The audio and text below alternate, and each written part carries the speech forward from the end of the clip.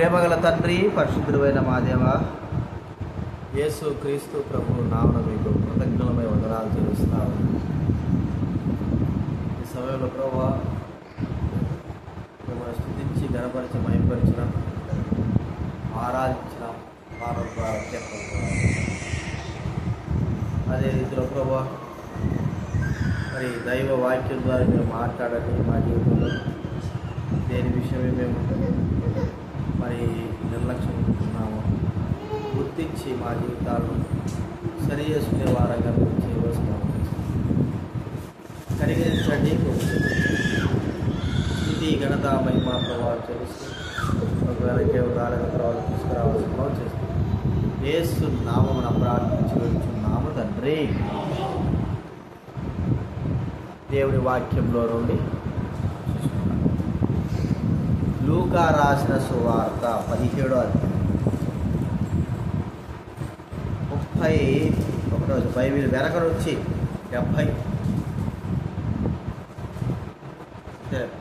Bible 70 చూడి Bible వెనక నుంచి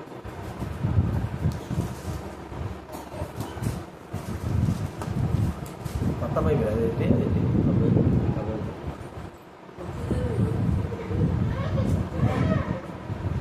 అవుంది. ఈ ఎర్రదాన్ని తీయాక పైన 70 నెంబర్ వెనక నుంచి ఇక్కడ నుంచి వెనక సైడ్ అని అర్థం. 70 నెంబర్ తీ పైన ఉంటుంది చూడు 70 నెంబర్.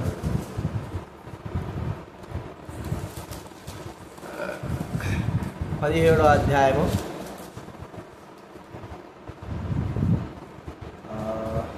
32వ వచనం మాత్రం చదువు. 70 ఉందా? 17వ అధ్యాయం 32 అందరం చదువుకుందాం. లోతు భార్యను జ్ఞాపకము చేసుకునుడి. మళ్ళా చదువుదాం అక్కడే 17వ అధ్యాయం 32వ వచనం. లోతు భార్యను ఏం చేయాలంటున్నాడు? జ్ఞాపకము చేసుకో. లోతు భార్య మరి 17:32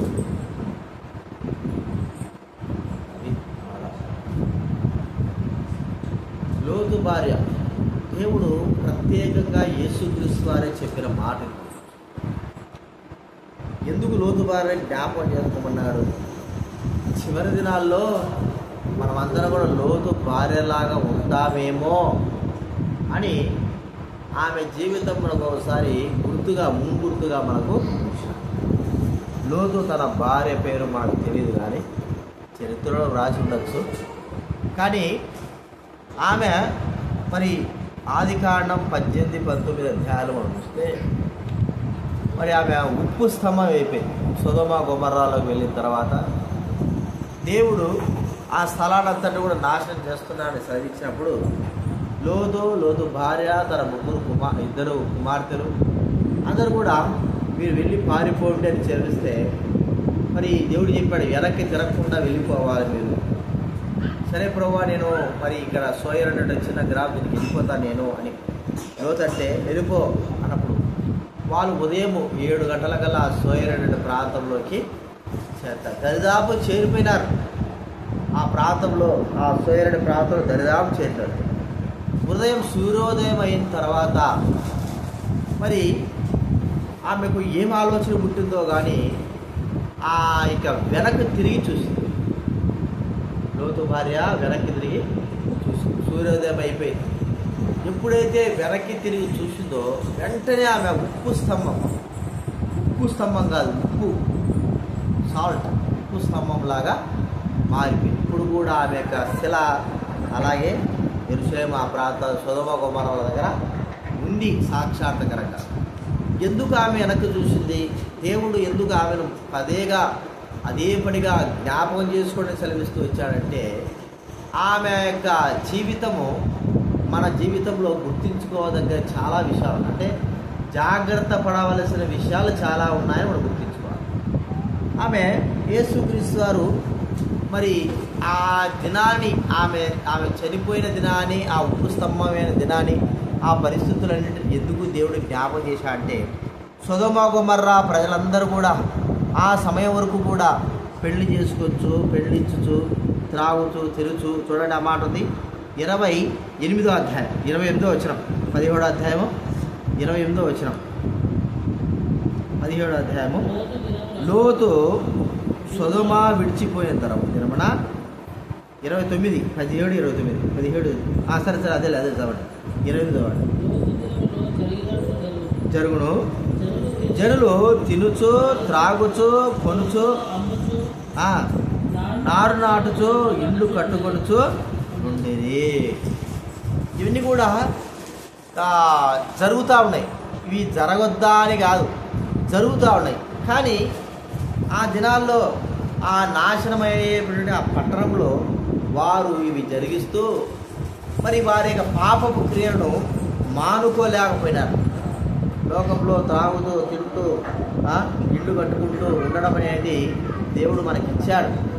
కానీ వాటి చేస్తూ వారు ఏం చేశారంటే పాపమును జరిగించిన వారుగా బహుఘోర పాపులుగా ఉన్నారని బైబిల్ గ్రంథం మనకు సెలవిస్తారు.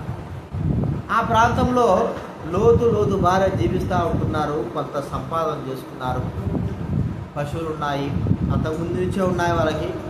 అక్కడ ఒక మరి పెద్ద వ్యక్తిగా ఉంటూ వచ్చాడు, మంచి ఆస్తులు సంపాదించుకున్నాడు, 2 కుమార్తెలు ఉన్నారు. వారు ఆ సమయంలో లోతు రక్షించడానికి కొరకై దేవుడి దూతలు వచ్చి లోతు చెప్తే మీరు ఈ ప్రాంతం విడిచిపెట్టి వెళ్ళండి అన్నప్పుడు వారు సగ చేస్తూ ఉన్నారు. మరి ఆలస్యం చేశారు. దేవుడి దూతలే వారి చేతులు పట్టుకుని బయటకు తీసుకొచ్చేశారు. ఇక్కడ మనం చూస్తూ ఉంటున్నాం, వారు లోక సంబంధమైన వాటిపైన తమ దృష్టిని తదేకంగా ఉంచుతుంటున్నారు. దేవుడు సెలవిచ్చినప్పటికీ ఈ యొక్క స్థలము నాశనమైపోతుంది, వీరి పాపం ఘోరమైంది, మీరు తప్పించుకోండి అని సెలవిచ్చినప్పటికీ వారు మరి సగజేయడము లేకపోతే ఆలస్యం చేయడము, దాన్ని వదిలిపెట్టలేక మరి వారి మనసంతా ఆడ తిరగడము, ఆ సంపాదన విషయమై, వారి యొక్క భూముల విషయమై, వారి యొక్క పశువుల విషయమై, వారి యొక్క ఉన్నటువంటి ఆస్తుల విషయమై వారు తమ యొక్క హృదయమంతా కూడా ఆడ తిరగడమని మనం చూస్తాము. అనగా నశించిపోయే వాటిపైన, నశింపజేయబడే వాటిపైన మనస్సును ఆలోచనను వారు పెట్టారు అని మనం ఇక్కడ గమనిస్తాం. దినాల్లో మనం కూడా ఎలా ఉంటుందంటే నశించిపోయే వాటిపైన మన దృష్టి ఆలోచన పెడతా ఉంటాం. దేవుడు ఇవన్నీ కూడా ఒక దినాన్ని నశించిపోతాయని చెప్పినప్పటికీ, ఇవన్నీ కూడా నాశనమైపోతాయని మనం చెప్పుకుంటున్నప్పటికీ కూడా అవే మనకు మరి ప్రాముఖ్యమైనవిగా ఉంటున్నాయి. వాటిని మనము ప్రాముఖ్యమైన వాటిగా ఎంచుతూ ఉంటున్నాం, వాటి మీద దృష్టి ఉంచుతుంటున్నాం. వాటి మీద దృష్టి ఉంచుతూ దేవుని యొక్క మాటలు, దేవుని యొక్క కార్యములను మనం ఏం చేస్తున్నాము, మరిచి పోతుంటున్నాము. ప్రియమైన వాళ్ళరా, ఏదో ఒక దినాన ఈ లోకం ఏం కావాలా, అగ్ని చేత కాల్చబడవలసినటువంటి కార్యం ఉంది. ఏదో ఒక దినాన, ఒకవేళ జలప్రయం రాదు కానీ అగ్ని చేత కాల్చబడేటువంటి దినము ఒక దినం ఉంది. ఆ దినానికి మరి మనం సంపాదించుకున్నవన్నీ కూడా, మనం ఆశపడి సంపాదించుకున్నవన్నీ కూడా ఆ దినాన కాలిపోతాయి, బూడిదైపోతాయి. మరి అలాంటప్పుడు వీటిని ఎందుకు మనము వీటిపైన మనం దృష్టి ఇచ్చినాం అనేది మనం ఇక్కడ ప్రశ్న. మరి వీటి మీద దృష్టి ఇచ్చడమే కాకోకుండా దేవుని కార్యములను మనము మర్చిపోయినాం, దేవుని రాకడను మర్చిపోతుంటున్నాం, దేవుని యొక్క సన్నిధిని మర్చిపోతూ ఉంటున్నాం. అదే ఇక్కడ లోతు భార్య చేసేది. లోతు భార్య లోకం వైపు, లోక కార్యాల వైపు తిరిగింది, వెనక వైపు తిరిగింది, వెనక చూసింది. తన మనసంతా కూడా వెనకుంది, తన ఆలోచన అంతా వెనకుంది, తన యొక్క తలంపులన్నీ కూడా తను సంపాదించిన కుటుంబము, ఇల్లు, ఆ యొక్క ఆస్తులు, బంగారు వాటిపైన ఉన్నది. ఏమవుతుందో, ఒకవేళ ఆ యొక్క స్థలము మరి దేవుని ఉగ్రతకు పాలు కాకోకుంటే మళ్ళా తిరిగి వెళ్ళొచ్చులే అనుకున్నదేమో. ప్రియమైన వాళ్ళరా, ఆ సందర్భంలో ఆమె ఏమైపోయిందంటే తన మనసు వెనక్కి తిరగడం ద్వారా తాను నష్టపరచబడి, అంటే లోకం వైపు చూసిన సమయాన్ని బట్టి, ఆ కార్యాలను బట్టి ఆమె పొందగలిగింది ఏంది, ఆమె అనుభవించగలిగింది ఏంది, ఏమన్నా ఉందా? ఏమి కూడా ఆమె ఏయ్ కూర్చో ఏది కూడా ఆమె అనుభవించలేకపోయింది. అంటే ఇన్ని తెచ్చుకున్నప్పటికీ, ఇన్ని సంపాదించుకున్నప్పటికీ, ఇన్ని ఉన్నప్పటికీ ఆమె ఏమీ చెయ్యలేని దానిగా చెయ్యబడి కనీసం బ్రతుకు కూడా బ్రతకలేకపోయింది. ఉప్పు స్తంభం అయిపోయేది, పనికిరానటువంటి ఒక స్తంభముగా చేయబడి. చూడండి, మన జీవితాల్లో కూడా అలాంటి కార్యాలు జరుగుతాయి. బైబిల్ గ్రంథంలో ఇలాగ కొంతమంది ఏమి పనికిరాని దానిపైన దృష్టి ఆలోచన ఉంచి నష్టపోయారు. అందులో ఒక వ్యక్తి మనకు తెలుసు. ఆ వ్యక్తి గెహాజీ గురించి మనకు బాగా తెలుసు. గెహాజీ మరి అన్నీ కూడా శూన్యమని తన యొక్క గురువైనటువంటి ఎలీషా ద్వారా తెలుసుకున్నప్పటికీ, ఏది కూడా మనకు అవసరం లేదు, ఈ లోకంలో దేవుడు తప్ప మనకు ఏం వద్దు అని అనుకున్నప్పటికీ, విన్న వాళ్ళరా గెహాజీ మనసంతా కూడా ధనముపై, వస్త్రాలపై ఉండడం అని గమనిస్తుంది. మరి ఇవి అవసరం లేదా అంటే ఆ అవసరం ఎంతవరకు అంతే అవసరమే, కానీ అధికమైన అవసరం పొందాడు, అధికమైన ఆలోచన పొందాడు. ఆ అధికమైన ఆలోచన తనను ఏం చేసిందంటే తన జీవితాన్ని నష్టానికి తీసుకువెళ్ళిపోయింది. ఒక భయంకరమైన కుష్ఠరోగంగా తను చేసింది. భయంకరమైన కుష్ఠరోగం అయిపోయాడు. ఏమి సంపాదించుకున్నాడు కదా, వస్త్రాలు సంపాదించుకున్నాడు కదా, బంగారు సంపాదించుకున్నాడు కదా, వెండి తీసుకొచ్చుకున్నాడు కదా, ఏమైనా అనుభవించాడా చెప్పండి? ఏమైనా అనుభవించాడా? లేదు. అవి నశించిపోతాయని తెలిసి, దేవుడి దృష్టిలో అవిని వ్యర్థమని తెలిసి తాను ఏమైపోయాడంటే దానికి ఎక్కువగా మనసు ఇచ్చాడు. అదే తనకు నష్టం కారణం. లోతు బారి కూడా అదే. అందుకే మన జీవితంలో గుర్తుంచుకోవాల్సిందే, కుటుంబము ఉండాలా, పిల్లలు ఉండాలా, పనులు ఉండాలా, ఆస్తులు ఉండాలా, అన్నీ ఉండాలా, కానీ అవి ఎంతవరకు మన దృష్టిలో ఉండాలో అంతవరకే ఉండాలి. ఇవన్నీ కూడా మన దృష్టిని దేవుడి వైపు మళ్లించేంతగా చేసుకోకూడదు. ఇవన్నీ కూడా మన దృష్టిని దేవుడి దగ్గరికి రానిపోకుండా ఉండేంతగా చేసుకోకూడదు. గెహాజీ దేవుడి సన్నిధిలో ఉన్నప్పటికీ ఆ మనసంతా కూడా ఎక్కడుంది చెప్పండి? ధనము పైన, వస్త్రాలపైన ఉంటే ఏమైపోయింది? దేవుడి మనసు దగ్గర లేకుండా పోయింది. చివరికి దేవుడి సన్నిధిలోంచి వెళ్ళగొట్టబడ్డాడు. ఎలీషా దగ్గర నుంచి వెళ్ళిపోయాడు. మరో వ్యక్తి కూడా మనకు బాగా తెలుసు. ఆ వ్యక్తి యెహోషువ కాలంలో. ఎవరు ఆ వ్యక్తి చెప్పండి? ఎవరు ఆ వ్యక్తి? చూడండి, యెహోషువ గ్రంథం 7వ అధ్యాయం.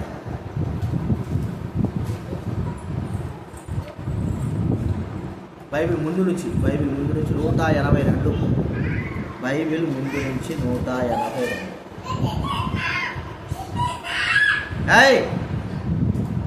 మీరు అందుకే ఆడ పెట్టద్దని చెప్పారా మీకు?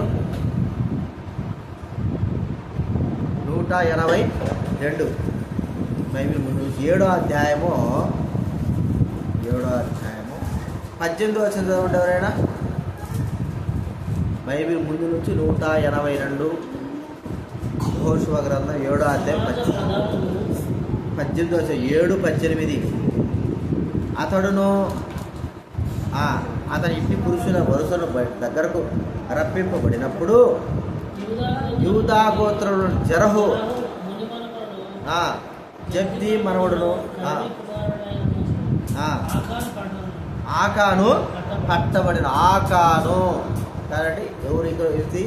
యూదా గోత్రంలో ఉన్నటువంటి ఆకాను. ఈ వ్యక్తి చేసింది ఏంది? దేవుడు యుద్ధంలో, ఈ వ్యక్తి ఒక యుద్ధ వీరుడు. యుద్ధంలో సెలవిచ్చాడు దేవుడు, యుద్ధం ముందుకు పోవనుకో, మీరు ఎరుగో ఆ యొక్క ప్రాంతంలో ప్రవేశిస్తున్నారు, ఏది కూడా తాకూడదు. ధనము, డబ్బు, బంగారు, ఆ గొర్రెలు గిర్రెలు ఏవి కూడా తాకూడదు.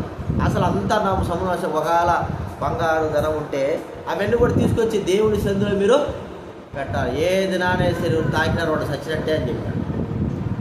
ఇవన్నీ కూడా అవసరం. సైనికులు ఏం చేస్తారంటే యుద్ధంలోకి వెళ్ళిన తర్వాత వాళ్ళ పని ఏంటి? యుద్ధం చేసి జయించిన తర్వాత దోచుకొని వచ్చుకుంటారు. యుద్ధంలోకి, రాజ్యానికి జయం జరిగించిన తర్వాత అంతా ఏం చేస్తారు? సైకి కాకుండా దోచుకొని వచ్చుకుంటారు. అలాగా దోచుకునే అనుభవం ఉంది, అందరికీ ఉంది అది. కానీ దేవుడు చెప్పాడు, ఏది కూడా మీరు దోచుకోకూడదు, ఒక్కటి కూడా మీరు పట్టుకోకూడదు. అన్నీ ఒకవేళ ధనం బంగారం అయితే దేవుని మందిరంలోకి తీసుకురావాలా, గొర్రెలు గిర్రెలు అన్నీ ఏం ఉండకూడదు, సమానం నాశనం చేయాలి అని చెప్తే ఈ ఆకాన్ ఏం చేశాడంటే ఆశపడ్డాడు.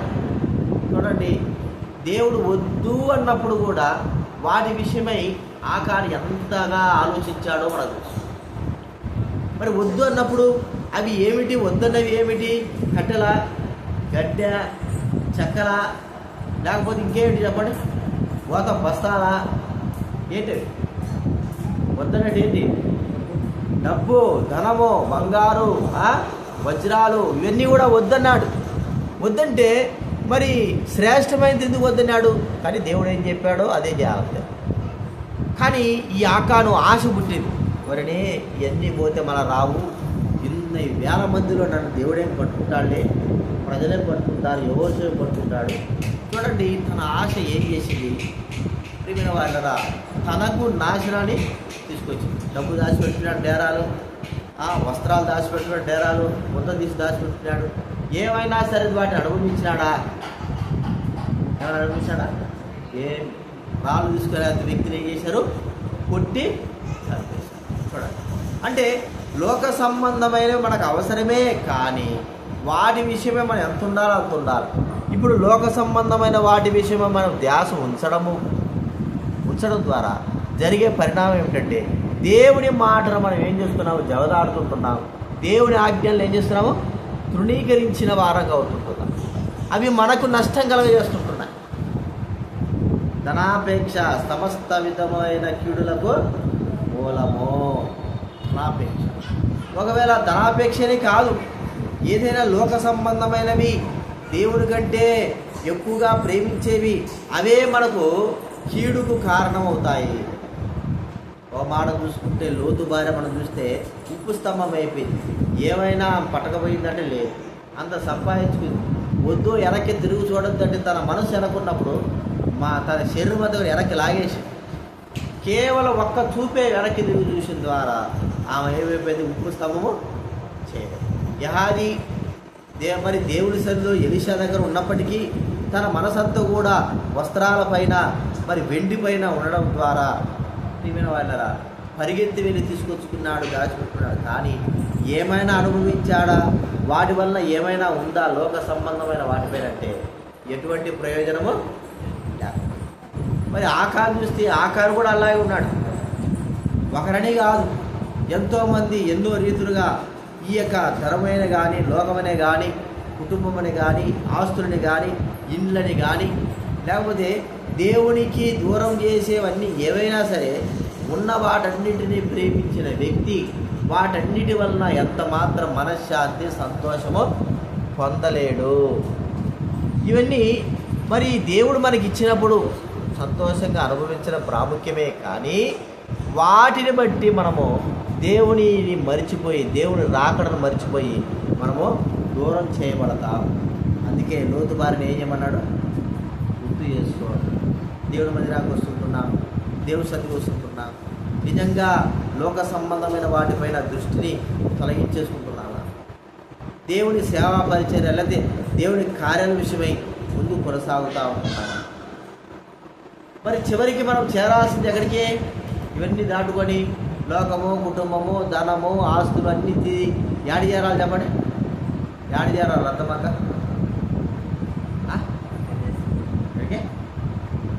ఎక్కడికి చేస్తావు? చివరికి మన జీవితం ఆడికి ఎక్కడికి పోవాలా? ఇక్కడే ఉంటామా? ఇదే శాశ్వతమా? ఇదేనా?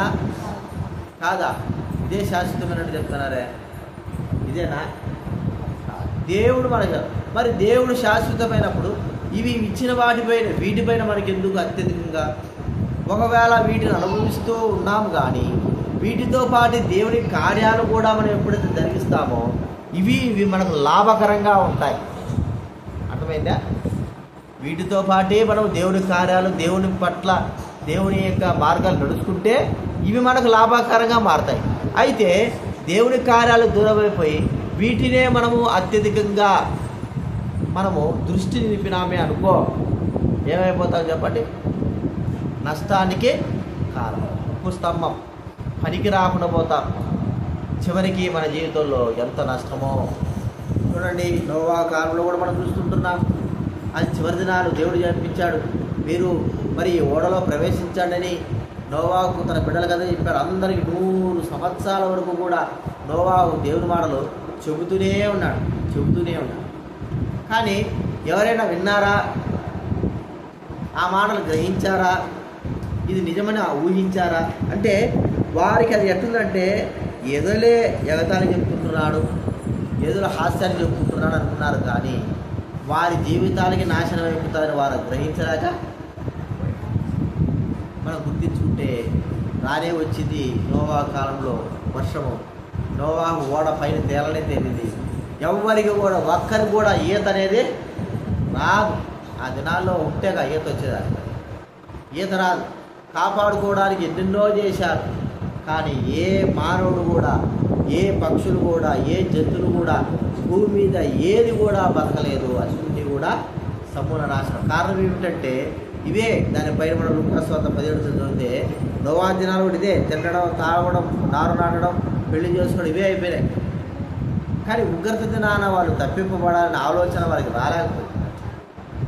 కాబట్టి ప్రియమైన వాడారా, మన జీవితంలో గుర్తిస్తున్నాం దైవమైన మనము ఈ లోకంలో దేని కొరకై జీవించడానికి ఇష్టపడుతున్నాం, ఏది అవసరం, దేని మనము గుర్తిస్తున్నాం, ఏది మనకు ప్రాముఖ్యమైనది. మరి ఇవి ప్రాముఖ్యమైనవి కావా అంటే ఇవన్నీ కూడా ప్రాముఖ్యమే. లోకంలో సంపాదించుకోవడం ప్రాముఖ్యమే, పనులు చేసుకోవడం ప్రాముఖ్యమే, బంగారు ప్రాముఖ్యమే, ఇల్లు కూడా మనకు ప్రాముఖ్యమే. కానీ వీటిపైనే మన దృష్టిని మనము నిలిపితే ఏమవుతుంది? పరలోక సంబంధమైన వాటిని మనము కోల్పోతాము. అది మనం గుర్తించుకో. అది కావాలంటే ఇక్కడ ఏం చేయాలా? వీటిని కొంత మనము త్యజించుకోవాలి, కొంత తొలగించుకోవాలి. అందుకే దేవుని బిడ్డలకి ప్రార్థనలు చెప్పేది, మీడిల్ని చెప్పేది, రండయా చెప్పేది దేవుడు వాక్యం. వాడు చూడు కాబట్టి ఈ కళ్ళ చూస్తూనే ఉండవాడు తొక్కుతా అంటే.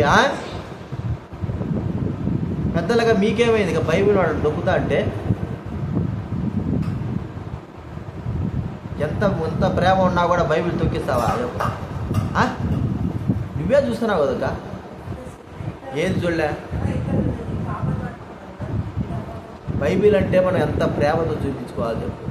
అది లేక సత్తా అట్టి పిల్లలతో తొక్కిస్తారు. ఎంత చేయాలి చెప్పు. కాబట్టి ఈ లోకంలో మనం ఏం చేయాలా? వీటిపైన దృష్టి మనము సాధించకూడదు. వద్దు. అవసరమంతవరకే. అవసరమా అంతవరకే. సరే, ఉన్న దేవుడు ఇచ్చాడా, దానిపైన మనం ఎక్కువ దృష్టి మనము నిలపకూడదు. ప్రభు కార్యాలపైన మనం ఎక్కువ దృష్టిని నిలపవలసిన వారంగా ఉంటున్నాం. లోతు భార్య మనకు ముంగుర్తుగా ఉంది.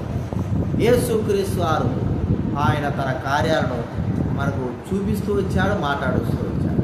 కాబట్టి గుర్తించుకొని మనం పరీక్షించుకొని దేవుడి కొరకే ప్రార్థనలో మనము ప్రార్థన చేసుకుందాము.